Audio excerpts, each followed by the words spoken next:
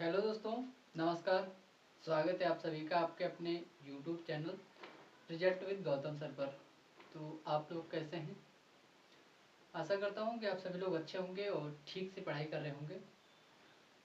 जैसा कि हमने आपको पहले टॉपिक नंबर 1 में ज्योग्राफी जो वर्ल्ड ज्योग्राफी की हमारी क्लास चल रही थी, उसमें हमने आपको ब्रह्मांड की जो संकल्पनाएं थी उसके बारे में चर्चा किया।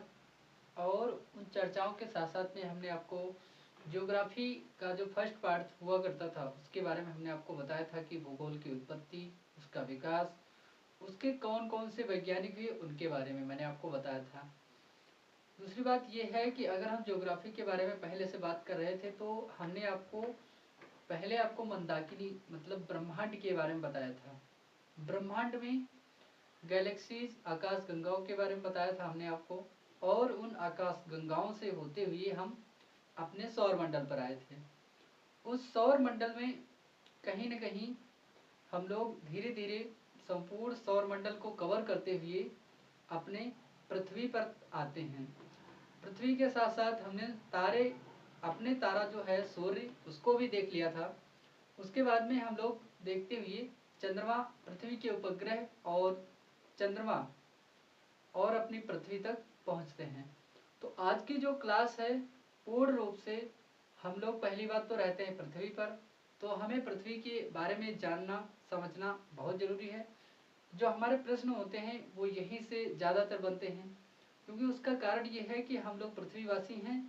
तो पृथ्वी पर गोल्डी लॉक्स जोन है जहाँ पर मानव और अन्य जीव जंतुओं को रहने का ऐसा स्थान अवेलेबल है, पर्याप्त मात्रा में परिस्थितियाँ अनुकूल मतलब अनुकूल परिस्थितियाँ हैं जिनसे जहाँ पर कहीं न कहीं मानव और अन्य जीव सर्वाइव मतलब अच्छे से अपना सर्वाइव कर सकते हैं।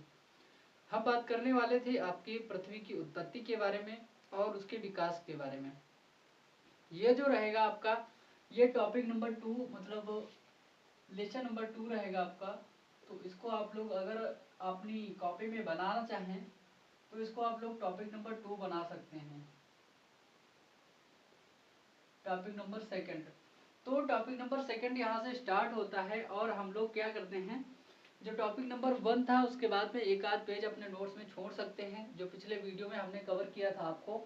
उसके बाद में यहाँ से टॉपिक नंबर 2 आपकी जो पृथ्वी की उत्पत्ति से स्टार्ट होगा।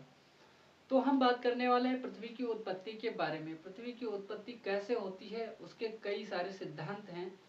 वैज्ञानिकों ने अपने मत दिए और जो पुराने समय में मतलब जो बहुत सारे व्यक्ति हुए जो जानकार हुए, जिन्होंने अपने अलग अलग मत प्रस्तुत किए, उन्होंने अलग अलग बातें बताई। उन परंपरागत सिद्धांतों को भी हम एक नज़र देखते हुए चलेंगे। कभी कभी ऐसा मतलब क्वेश्चन पूछ सकता है, नहीं तो उनके बारे में आपको जानना थोड़ा बहुत आवश्यकता पड़ती है। लेकिन उसके साथ साथ में हम वर्तमान के जो सिद्धांत हैं उनको भी पढ़ते हुए चलेंगे। उनमें हमें कहीं ना कहीं आपको ये पता चलेगा कि हाँ सच में ऐसा लगता है कि पृथ्वी ऐसे ही मतलब उत्पत्ति हुई होगी। उनको समझते हुए हम लोग आगे बढ़ेंगे। तो हम सबसे पहले बात करने वाले हैं आज। देखिए बात ये थी कि जो पृथ्वी की उत्पत्ति से संबंधित जो सिद्धांत दिए गए थे उसमें दार्शनिक और कहीं न कहीं भूगर्भिक उन दोनों लोगों का मतलब विद्वानों का प्रभाव था। वो थे आपके ग्रीक विद्वान और यूनानी विद्वान। ग्रीक यूनानी विद्वानों में सबसे पहले आपने सुना होगा कि दूसरी तीसरी शताब्दी में मतलब यूरोप में, यूनान में, एथेंस में क्या होता है, बहुत से विभिन्न प्रकार की मशीनों और मतलब पुनर्जागरण जैसा काल आता है। तो वहाँ पर विभिन्न प्रकार के मशीनों के द्वारा नए नए औजारों, इमारतों और सांस्कृतिक उनका जो समाज था कहीं न कहीं उन्नत स्थिति में पहुँच गया था।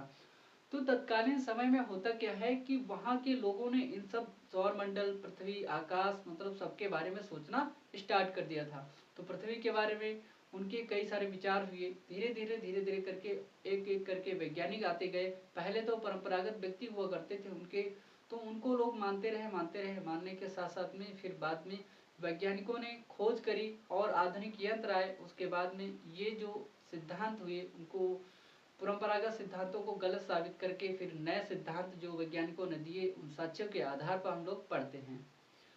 तो यूनानी जो प्रारंभिक आरंभिक पृथ्वी की उत्पत्ति के जो सिद्धांत है इनमें क्या हुआ, देखिए एक तो है हमारे आरंभिक विचारधारा और आपकी रहेगी वर्तमान विचारधारा। दो विचारधाराओं पर हम लोग कॉन्सेप्ट को देखेंगे और दो प्रकार की जो विचारधाराएं हैं उनको देखेंगे।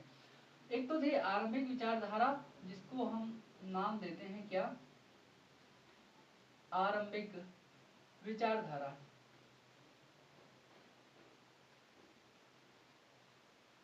विचारधारा ये कैसी विचारधारा होगी, कहीं न कहीं ये वाली जो विचारधारा रही होगी तो ये विचारधारा आपकी परंपरागत विचारधारा रही होगी। क्योंकि परंपरागत विचारधारा इसलिए रही होगी क्योंकि यहाँ पर जो परंपरागत सिद्धांत दिए गए थे उन सिद्धांतों को देखकर हमें लगता है कि ये परंपरागत विचारधारा है और हमारी पुरानी विचारधारा है। तो ये है आपकी परंपरागत विचारधारा।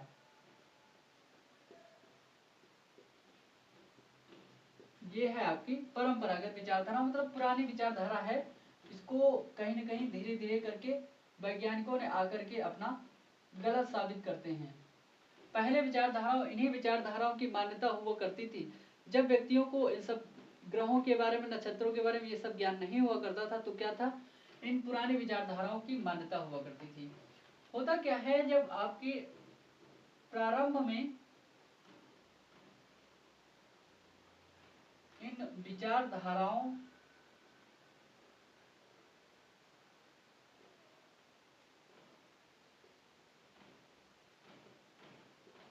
इन विचारधाराओं में सबसे आगे कौन थे, जो सबसे आगे रहे इन विचारधाराओं को देने में, इन विचारधाराओं को बताने में, वो रहे आपके यूनानी और आपकी देखिए यूनानी विद्वान हुआ करते थे और फारसी विद्वान भी हुआ करते थे यहाँ पर। तो यूनानी और फारसी विद्वानों ने क्या किया यहाँ पर, इस विचारधारा को आगे, हाँ यूनानी, फारसी और ग्रीक, ग्रीक सुना है ना, ग्रीक जो विद्वान हुआ करते थे, इन यूनानी और ग्रीक विद्वानों ने क्या किया, इन यूनानी और ग्रीक विद्वानों ने कई ऐसे कारण बताए कि इनको पृथ्वी की उत्पत्ति के ये कारण हो सकता है, ये कारण हो सकता है। मतलब जल को बताया एक लोग ने बताया कि आग ही के द्वारा पृथ्वी की उत्पत्ति हुई है और आग ही के द्वारा सब नष्ट हो जाएगा, इसी के द्वारा उत्पत्ति होती है, उसी के द्वारा नष्ट हो जाता है। एक लोग ने बताया कि वायु होती है, वायु में ही सब कुछ विलीन हो जाता है, वायु ही आपस में एक ऐसा कारण है जिसके द्वारा पृथ्वी के अंतर्गत सभी चीजें वायु में विलीन हो जाती हैं। ऐसे ऐसे कुछ सिद्धांत, ऐसे ऐसे कुछ मत यहाँ पर मिलते हैं। तो पहले जो हमारा प्रथम सिद्धांत हुआ जिसको हम थेल्स का सिद्धांत कहते हैं, तो ये सिद्धांत के बारे में हम लोग जानते हैं। हमारा क्या था, थेल्स का सिद्धांत। अब मैं बात कर रहा हूं पृथ्वी की उत्पत्ति के बारे में और पृथ्वी की उत्पत्ति से संबंधित सिद्धांत। अगर आप चाहें तो इसके ऊपर थेल्स के सिद्धांत के ऊपर हेडिंग डाल सकते हैं। तो पृथ्वी की उत्पत्ति के सिद्धांत से संबंधित जो हमारा थेल्स का सिद्धांत था वो था क्या, थेल्स ने बताया कि जो वाटर है, जो जल है, जल में जितनी भी वस्तुएं हैं, जितनी भी चीजें हैं, वो सभी चीजें समा हो जाती हैं और जल के द्वारा ही हमारी पृथ्वी की उत्पत्ति हुई है। तो देखिए इसने क्या बताया कि एक तत्व का सिद्धांत दिया और वो तत्व कौन सा था, उसका जल था। इसने क्या किया, यह एक मतलब ये पहला ऐसा दार्शनिक हुआ, प्रथम दार्शनिक था ये कौन, थेल्स। प्रथम दार्शनिक था जिसने क्या बताया, जिसने पौराणिक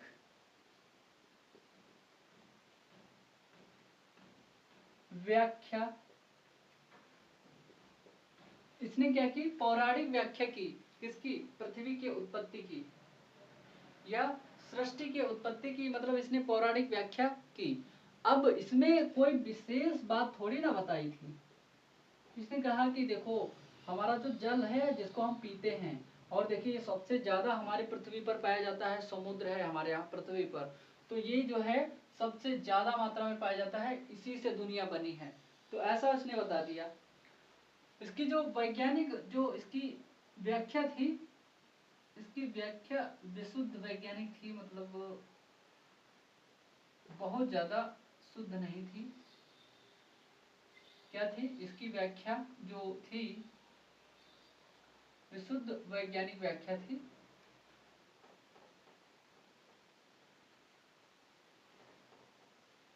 अब मैं बात कर रहा था विशुद्ध वैज्ञानिक व्याख्या, माफ कीजिए, व्याख्या थी इसकी। तो मैं बात कर रहा था आपसे, इसने बताया क्या, इसने कहा जो आपका थेल्स हुआ, तो थेल्स ने बताया कि जो वाटर है, जो जल है, इसी से सभी वस्तुएं बनी हैं और इसी में सभी को विलीन हो जाना है। इसने क्या कहा, एक तत्ववाद का सिद्धांत दिया, एक तत्ववाद का सिद्धांत दिया। उसमें एक तत्व किसको बताया, एक तत्व ये जल को बताता है। तो इसने क्या कहा, जल, क्या इसने कहा कि जल एक ऐसा तत्व है,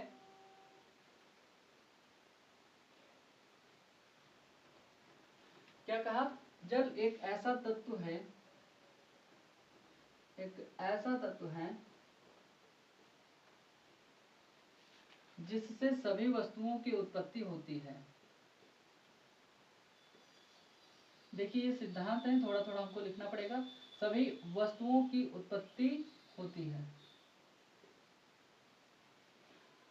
जल एक ऐसा तत्व है जिससे सभी वस्तुओं की उत्पत्ति होती है।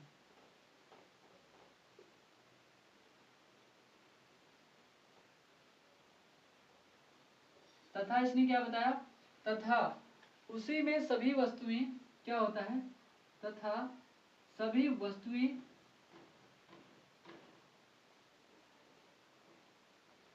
जल में ही विलीन हो जाती हैं।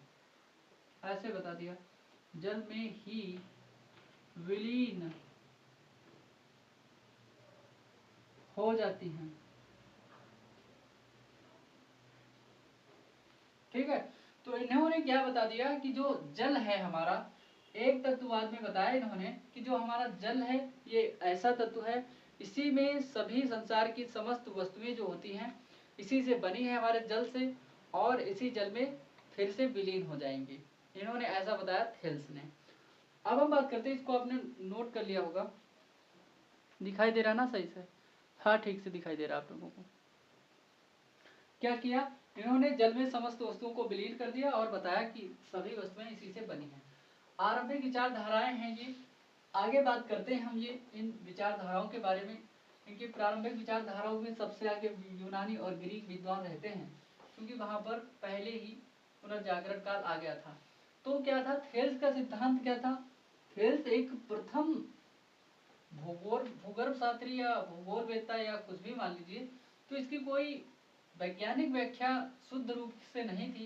इसने कहा कि जल एक ऐसा तत्व है, एक तत्व की व्याख्या इसने दी कि जल एक ऐसा तत्व है जिससे समस्त सृष्टि की जो है रचना हुई है, और समस्त सृष्टि पुनः एक बार क्या होगी, जल में ही विलीन हो जाएगी। अब क्या होता है, उसके बाद में एक और सिद्धांत आता है, एनएक्जीमेनीज का सिद्धांत। ये जो सेकंड सिद्धांत है, इसको नाम हम देते हैं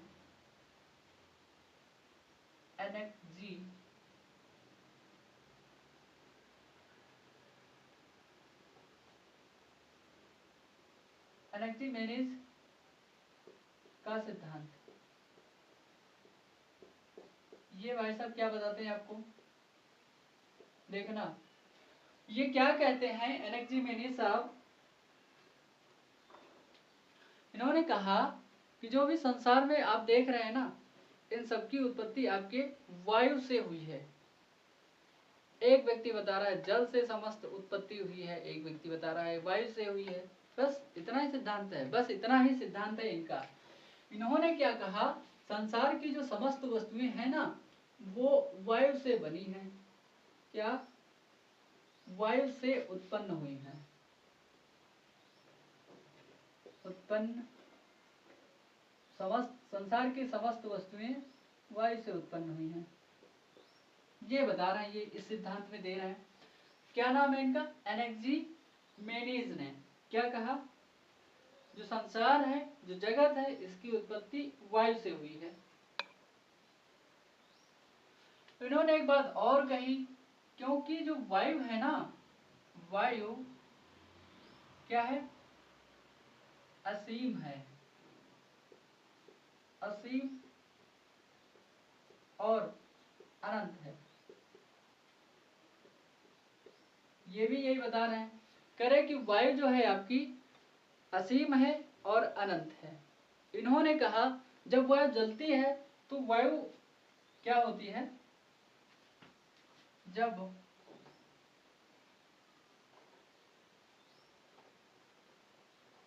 वायु, क्या कहा इन्होंने? जब वायु जलती है आपकी,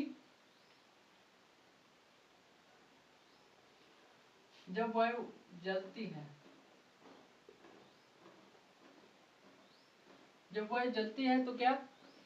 गैस का रूप लेती है, गैस बन जाती है।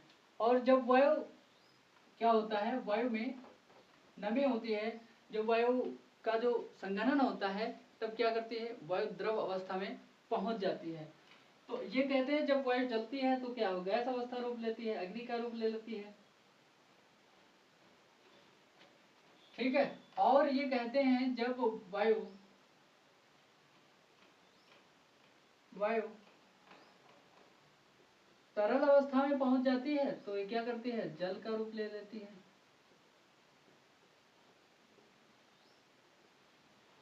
जब गर्म होगी तो गैस अवस्था में, मतलब जब जलेगी तो गैस अवस्था में बनेगी, और जब तरल हो जाएगी तो जल का रूप ले लेगी। तथा इन्होंने और एक बात कही, जब वायु ठंडी होकर ठोस हो जाती है,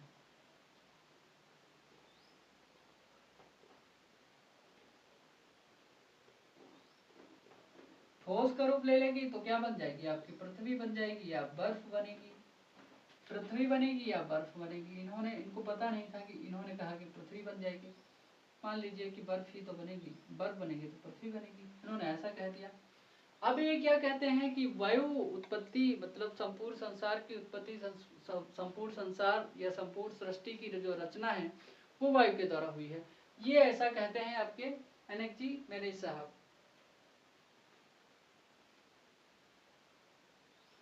तो ये क्या कह रहे हैं कि जैसे कि वायु, गैस और तरल पदार्थ में मतलब जल का भी इन्होंने क्या किया? उपयोग किया।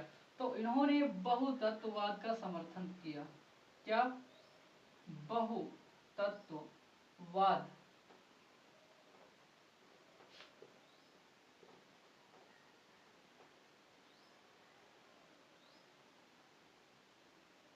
वाद का इन्होंने क्या किया? बहुतत्ववाद का समर्थन किया। ये क्या करते हैं? बहुतत्ववाद का समर्थन करते हैं और बताते हैं कि तरल, वायु, गैस तीनों से मिलकर के मतलब पृथ्वी बनती है। अब हम बात करते हैं एक सिद्धांत एनेक्सिमेनीज के आपके बारे में। मैंने आपको बताया कि इनका जो सिद्धांत है वायु उत्पत्ति सिद्धांत बताते हैं। ये वायु को असीम और अनंत बताते हैं। जब वायु जलती है तो गैस अवस्था में, फिर जब द्रव अवस्था में पिघलित होती है तो जल बन जाता है, और ठंडी होकर के बर्फ और या पृथ्वी का निर्माण होता है। अर्थात ये कहते हैं कि बहुतत्ववाद पृथ्वी की उत्पत्ति में क्या है? समर्थित है, या बहुतत्व के वाद के द्वारा ही पृथ्वी की उत्पत्ति होती है, ऐसा ये कहते हैं। अब अगले जो आपके साइंटिस्ट आते हैं ये भी कुछ ऐसा ही विचार देते हैं। ये आते हैं आपके 3rd नंबर के, इनका है नाम है पाइथागोरस का सिद्धांत।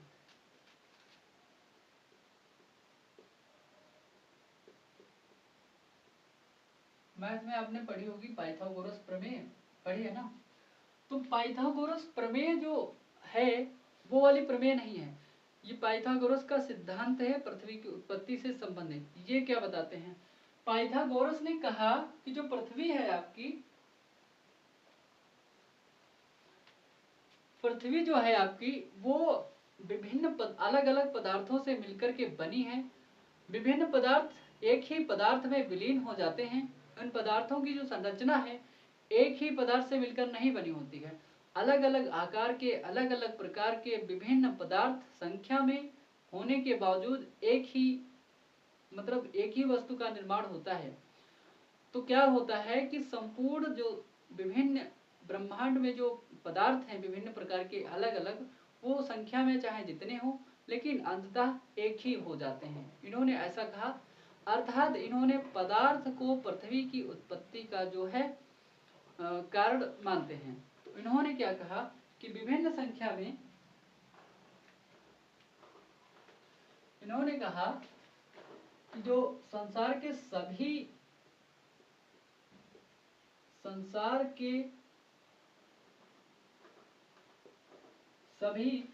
पदार्थ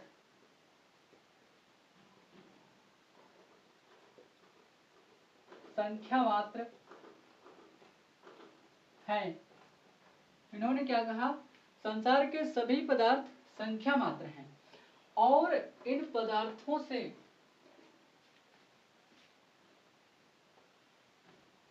क्या बताया, अलग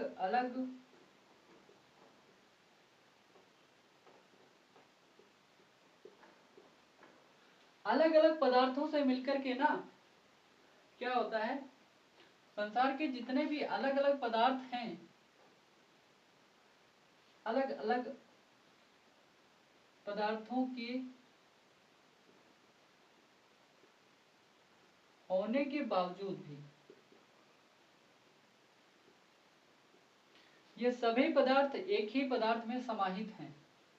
अलग अलग पदार्थों के होने के बावजूद सभी पदार्थ एक हैं।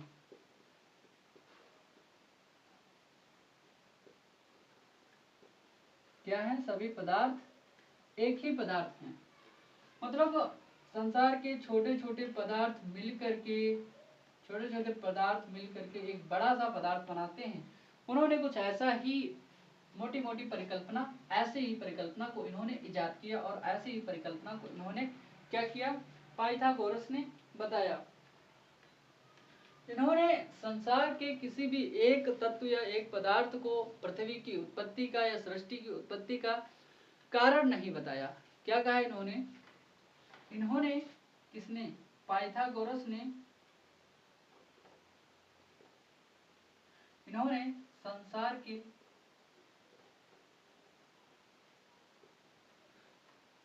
या आप ऐसा लिख लीजिए, इन्होंने संसार के किसी एक पदार्थ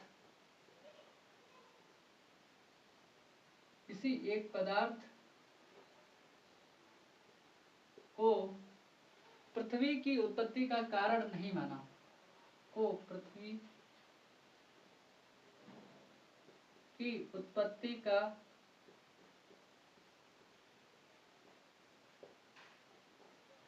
कारण नहीं बताया। अर्थात इन्होंने बताया कि पृथ्वी की उत्पत्ति के लिए बहुत से कारण या बहुत से प्रकार के पदार्थ जो होते हैं वो जिम्मेदार हैं। तो इन्होंने भी बता दिया, पाइथागोरस ने भी बता दिया। उसके बाद में हम लोग अगर यहीं पर आ जाए तो हम देख लें इनको, इनका नाम है, चौथा सिद्धांत आप लोग देख लेंगे,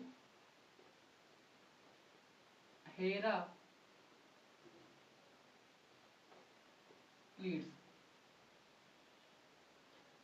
इनका नाम होता है हेराक्लीट्स, लेकिन इनको हेराक्लीट्स नाम से भी हम लोग क्या करते हैं, जानते हैं। तो इन्होंने क्या बताया, हेराक्लीट्स बताते हैं कि जो पृथ्वी की उत्पत्ति है ना वो आग से हुई है। अगर भैया आग से उत्पन्न हुए होते तो हम सब जल जाते हैं। तो क्या हुआ, इन्होंने बताया कि जो पृथ्वी की उत्पत्ति है या जगत की उत्पत्ति है, काहे से बताई उन्होंने बताया पृथ्वी या जगत की उत्पत्ति आपकी काहे से हुई है, आग से नहीं खेलने का, ठीक है। तो इन्होंने बताया कि पृथ्वी की उत्पत्ति हुई है भैया आग से। ये कहते हैं कि पृथ्वी की उत्पत्ति आग से, पृथ्वी और जल दोनों की उत्पत्ति हुई है, ये भी ये कहते हैं। क्या आग से पृथ्वी और जल,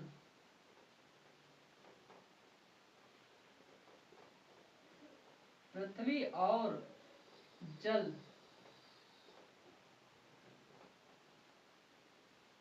दोनों की उत्पत्ति हुई है। ठीक है, तो अगर अच्छा लग रहा है तो वीडियो को लाइक करते हुए चलेंगे, दोस्तों के साथ में शेयर भी करते चलेंगे। हम कह रहे थे कि इन्होंने बताया कि आग से काहे की पृथ्वी की भी उत्पत्ति हो रही है और ये जल की भी उत्पत्ति कर दे रहे हैं। तो देखिए भैया, बता रहे हैं आपके हेराक्लीस महोदय, और इन्होंने एक बात और कही कि संसार में कुछ भी स्थायी नहीं है। मानते हैं कुछ भी स्थायी नहीं है, लेकिन अपनी अपनी उम्र के अनुसार बहुत सी चीजें संसार में स्थायी भी आपको नजर आ रही होंगी। तो इन्होंने क्या कहा, एक बात और इन्होंने बताई कि संसार में कुछ भी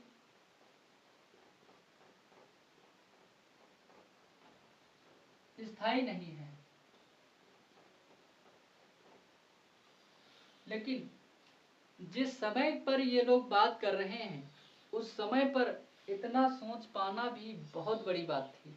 इसीलिए इनको हम लोग पढ़ रहे हैं कि मतलब जब व्यक्ति अपने खाने पीने के बारे में नहीं सोच पा रहा था, तब ये लोग ऐसी ऐसी बातें कर रहे थे कि संसार में मतलब पृथ्वी की उत्पत्ति ऐसे हुई, चंद्रमा की उत्पत्ति ऐसे हुई, अंतरिक्ष में ऐसे, सूर्य भी एक ऐसी चीज है, सूर्य का चक्कर पृथ्वी लगाती है या पृथ्वी का सूर्य चक्कर लगाता है। ऐसी ऐसी धारणाएं अपने दिमाग में क्या होता था, उद्घाटित होती रहती थी, मिलती रहती थी, निकलती रहती थी लोगों के मन में। तो वो लोग बोलते लिख के चले गए। तो ऐसा ऐसा इन्होंने बताते हुए आगे बढ़ते हैं। अब हम बात करेंगे, मैंने बता दिया आपको पाइथागोरस का जो सिद्धांत है, उन्होंने बताया कि एक संख्या में पदार्थ हुए, उनसे पदार्थों के होने के बावजूद, मतलब बहुत से पदार्थ हैं संसार में, और उन पदार्थों के होने के बावजूद एक ही पदार्थ की उत्पत्ति से जो पृथ्वी या सृष्टि की उत्पत्ति मानी जाती है। इन्होंने एक पदार्थ को, केवल एक पदार्थ को नहीं बताया। और हेराक्लीस क्या कहते हैं, पृथ्वी की उत्पत्ति का एक ही कारण है जो कि अग्नि है।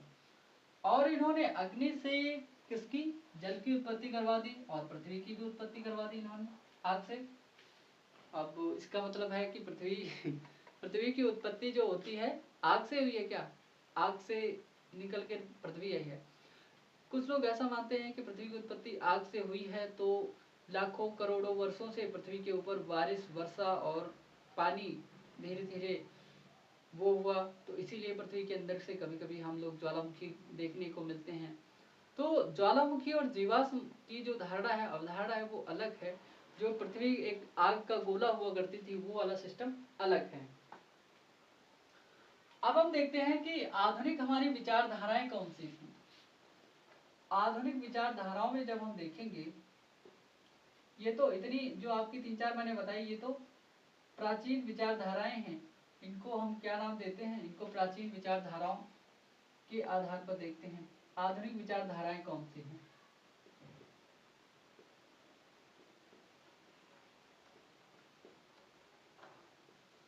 इन आधुनिक विचारधाराओं में हम लोग देख पाएंगे कि कुछ ऐसी विचारधाराएं हैं।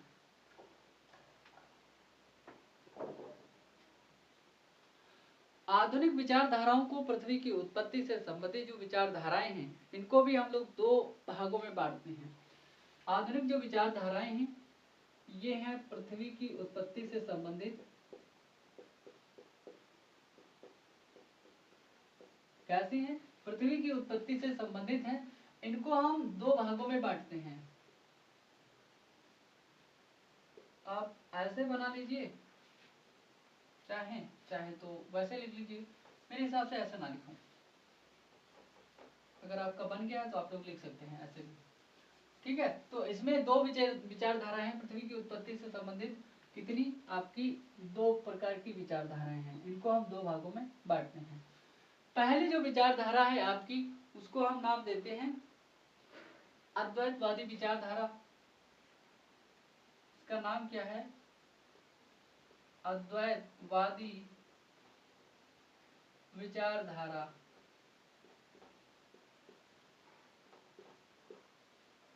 इस अद्वैतवादी विचारधारा को हम लोग क्या कहते हैं? इसको हम नाम देते हैं मोनिस्टिक। आई है ये मोनिस्टिक थ्योरी, वाई है ये, इसको ध्यान रखिएगा। ठीक, तो मोनिस्टिक थ्योरी होती है, एक अद्वैतवादी विचारधाराएं हैं।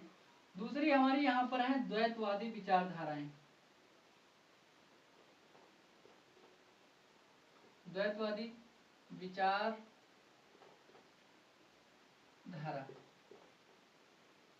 इसको हम नाम देते हैं डुअलिस्टिक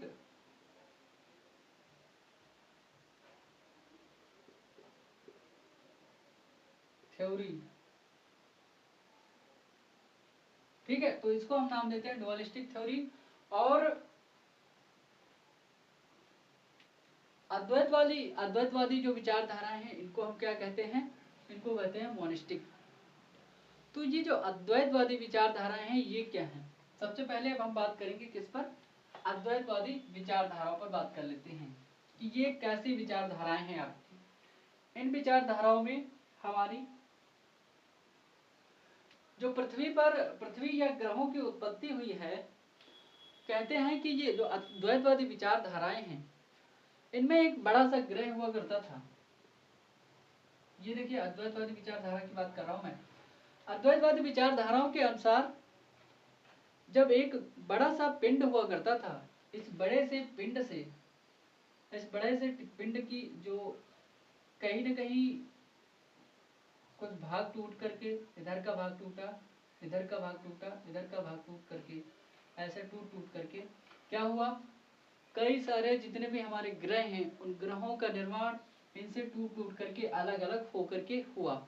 ये पूरा संपूर्ण जो हुआ करता था एक ही पिंड हुआ करता था। क्या हुआ करता था? एक ही पिंड हुआ करता था और इसी पिंड से टूट करके सभी ग्रहों का निर्माण होता है। और इसी प्रकार इसी परिकल्पना के आधार पर उन ग्रहों से उनके उपग्रहों का निर्माण हो जाता है।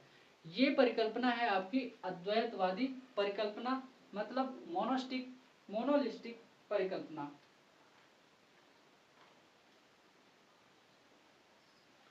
तो ये क्या कहते हैं भाई साहब? अद्वैतवादी लोग क्या कहते हैं? अद्वैतवादी लोग कहते हैं जो आपकी क्या है, पृथ्वी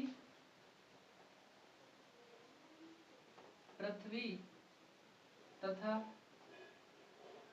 अन्य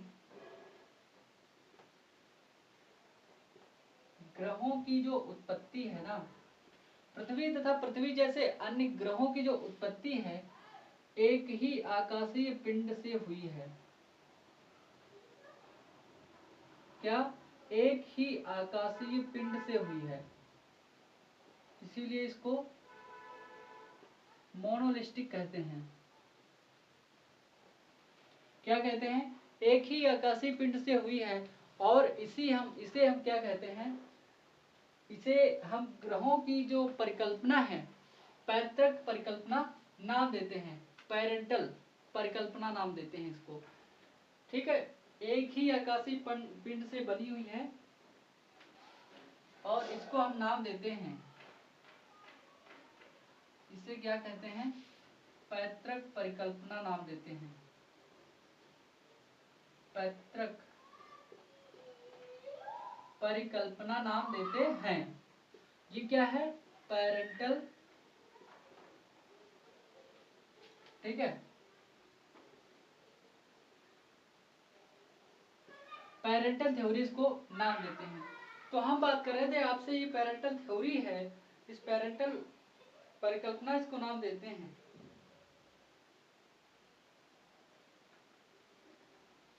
अब होता क्या है, ये जो थ्योरी है पेरेंटल परिकल्पना, या इसको हम क्या कहते हैं? अद्वैतवादी सिद्धांत। इस अद्वैतवादी सिद्धांत में होता क्या है कि एक बड़ा सा आकाशीय पिंड हुआ, उसी से संपूर्ण सौर मंडल की उत्पत्ति को बताया गया है, उसी को दिखाया गया है। हम बात कर रहे थे कि संपूर्ण सौर मंडल की उत्पत्ति इस परिकल्पना के अनुसार, थोड़ा सा आप लिख लीजिए नहीं तो भूल जाएंगे। इस परिकल्पना के अनुसार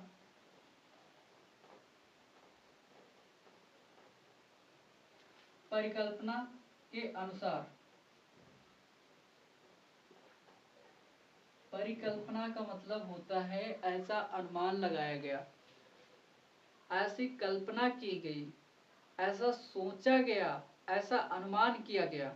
ठीक है, ये जरूरी नहीं कि 100% श्योर हो। इस परिकल्पना के अनुसार क्या कहा गया, एक बड़े से आकाशीय पिंड के द्वारा, बड़े से आकाशीय पिंड के द्वारा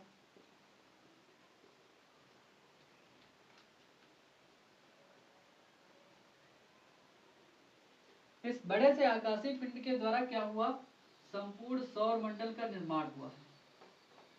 संपूर्ण सौर मंडल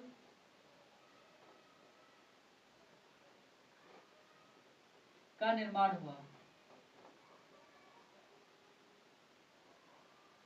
किसका निर्माण हुआ, आपके संपूर्ण सौर मंडल का निर्माण हुआ है। अब आप बात कर रहे थे कि जो संपूर्ण सौर मंडल है उसकी बात करेंगे हम लोग, इसकी बात हम लोग कर चुके हैं संपूर्ण सौर मंडल की। वो जो संपूर्ण सौर मंडल है जिसमें पृथ्वी भी आती है, पूरा सूर्य भी आता है, उन सबका जो एक तरह से पिता है, संरक्षक है, वो सूर्य है।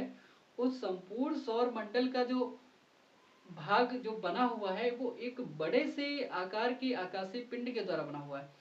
उसमें ये लोग कहते हैं कि जो आकाशीय पिंड, बड़ा सा आकाशीय पिंड हुआ करता था, उसमें से टूट टूट करके 8 ग्रह बन गए। उन ग्रहों में से कई सारे उपग्रह, क्षुद्र ग्रह, ये सब बने।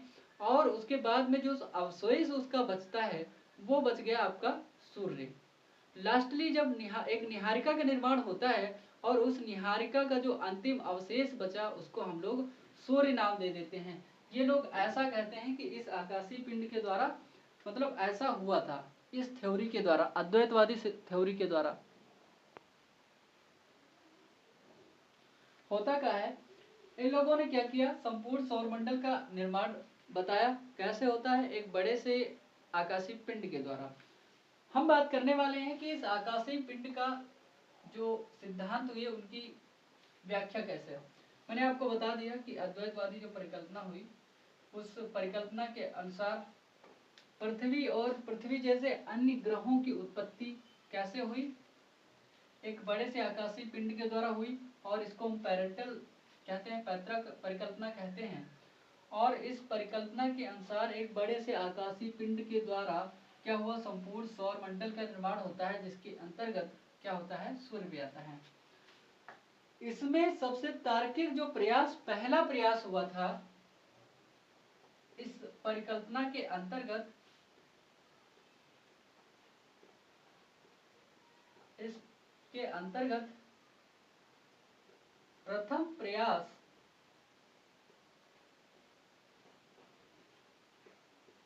किसका आता है, कास्ते द बफन का।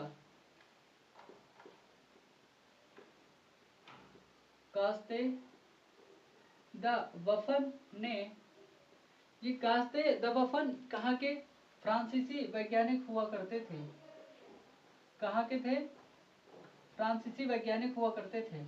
इन्होंने सबसे पहले अपना विचार रखा, और इन्होंने विचार रखा था कब, 1749 में। कब, यहीं पर लिख लेते हैं, 1749 में अपना विचार प्रस्तुत किया, या अपना विचार जो है रखा। किसने रखा, कास्ते द बफन ने। तो दोस्त, इन्होंने अपना पहला विचार रखा, सबसे पहले विचार रखा था कास्ते द बफन ने। कास्ते द बफन बताते हैं,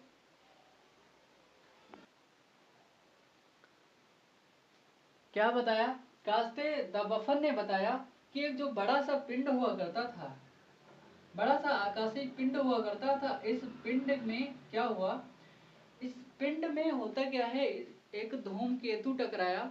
इस धूमकेतु के टकराने से इस पिंड में जब अपना बड़ा सा मतलब धूमकेतु इसमें टकरा जाएगा तो इसके कई सारे टुकड़े हो गए। तो जब कई सारे टुकड़े हो गए तो ये अलग अलग टुकड़ों में विभाजित हो जाता है, और वो टुकड़े क्या होते हैं, धीरे धीरे इसके जो मलबे होते हैं वो मलबे अंतरिक्ष में इकट्ठा हो करके क्या होते हैं, ग्रहों का निर्माण कर देते हैं। ऐसा बताया किसने, कास्ते द बफन ने। तो क्या कहा, बफन के अनुसार, ऐसे लिख लीजिए, बफन के अनुसार, बफन के अनुसार क्या हुआ, आकाशीय पिंड में, एक आकाशीय पिंड में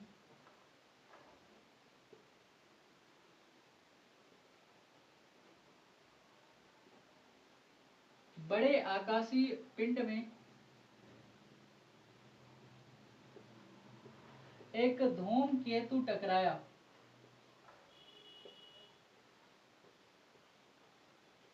एक धूमकेतु टकराया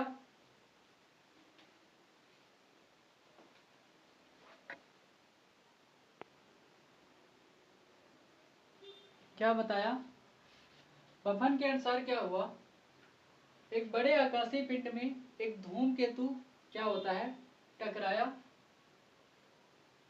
धूमकेतु के टकराने से उसके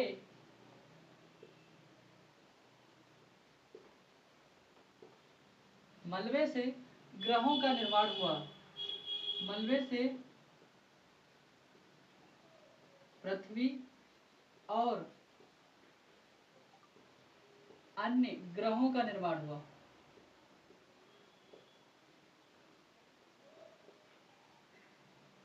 निर्माण हुआ,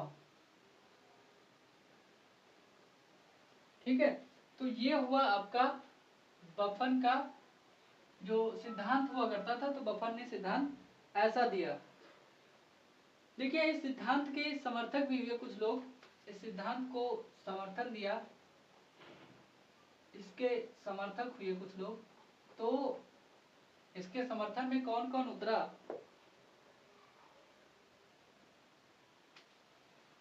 एक तो हुए आपके कांट। कांट की वायव्य राशि परिकल्पना, वायव्य राशि परिकल्पना, इसके बारे में हम लोग बात करेंगे। दूसरे हुए लाप्लास। तो लाप्लास की जो थ्योरी थी, लाप्लास की निहारिका परिकल्पना,